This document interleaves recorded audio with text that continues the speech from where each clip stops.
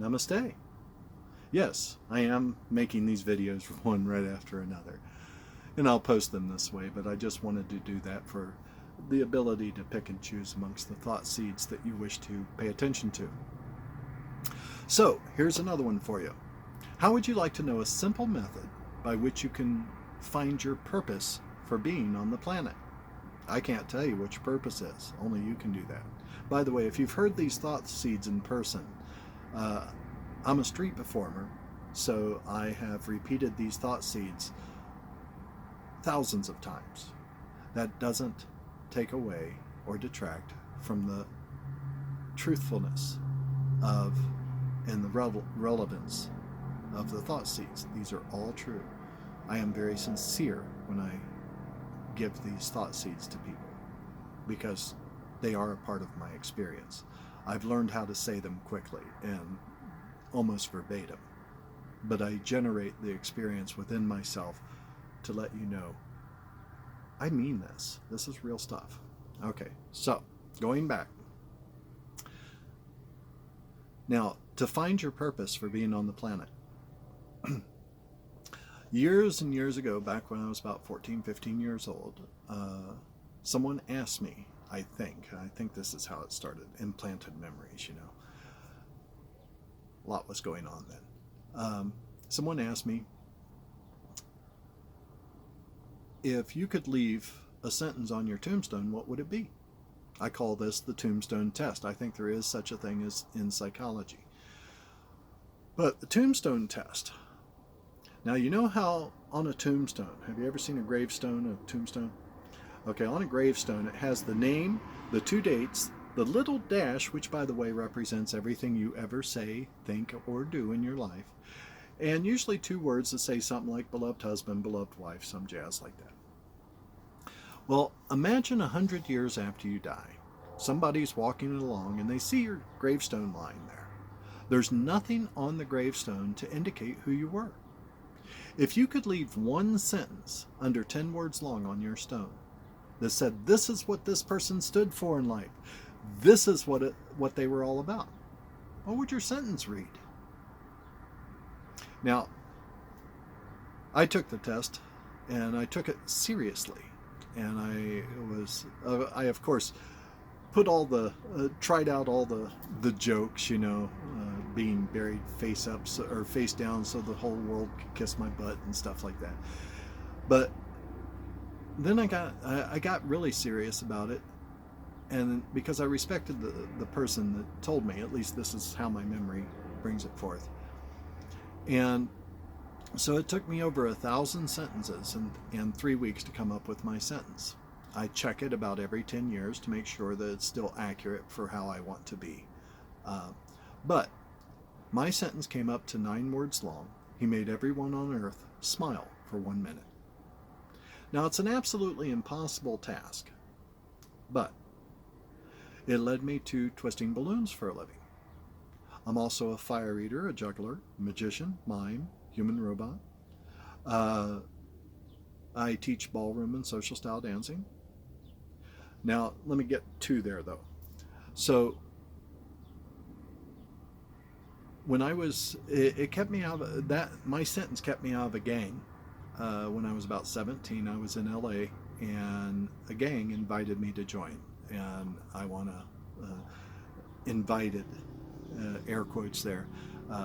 Actually, they don't typically invite, they conscript. But I held that idea up to my sentence. Make people happy, join a gang. Incompatible, not authentic. I chose to leave town. My personal situation was such that I could do that without too much problem. When I was 19, I had the opportunity to get a high-paying job in a munitions factory. Well, let's take a look at that. Make people happy, make bullets. It might make a few militant people happy, you know, if I'm making bullets. Although it's not, what they're feeling isn't, well, they're feeling a type of happiness, but it's very muted compared to what true happiness is. But anyway, so I speak because at one point I was militant a little bit. Not too much, because I've never been into killing anything, but the thought was there. Anyway, so make bullets, make people happy? It doesn't work. I didn't take the job. The guy who did, I heard, committed suicide a couple of years later.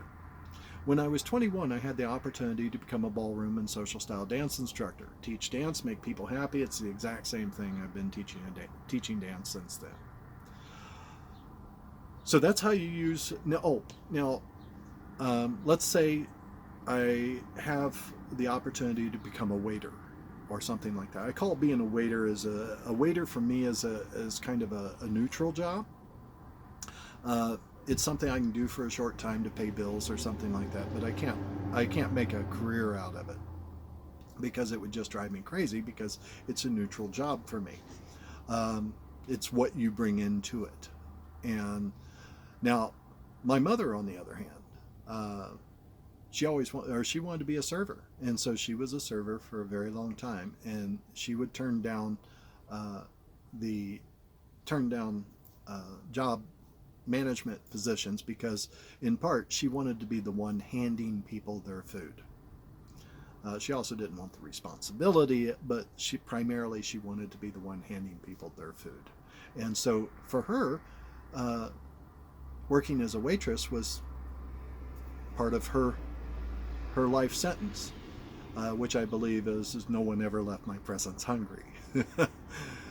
But she'll feed you at the drop of a hat. But so that's how you use your sentence for jobs. It also works for who you date. Drama queen, make people happy. High maintenance, make people happy. So that's how you use your sentence.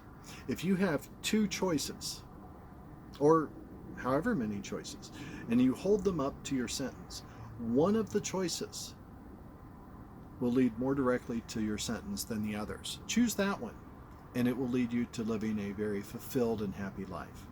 Now, I've been doing this for some time and teaching this particular thought seed for some time, and I've gotten quite a bit of feedback over the years, so I will offer this. There's a suggestion that will really help.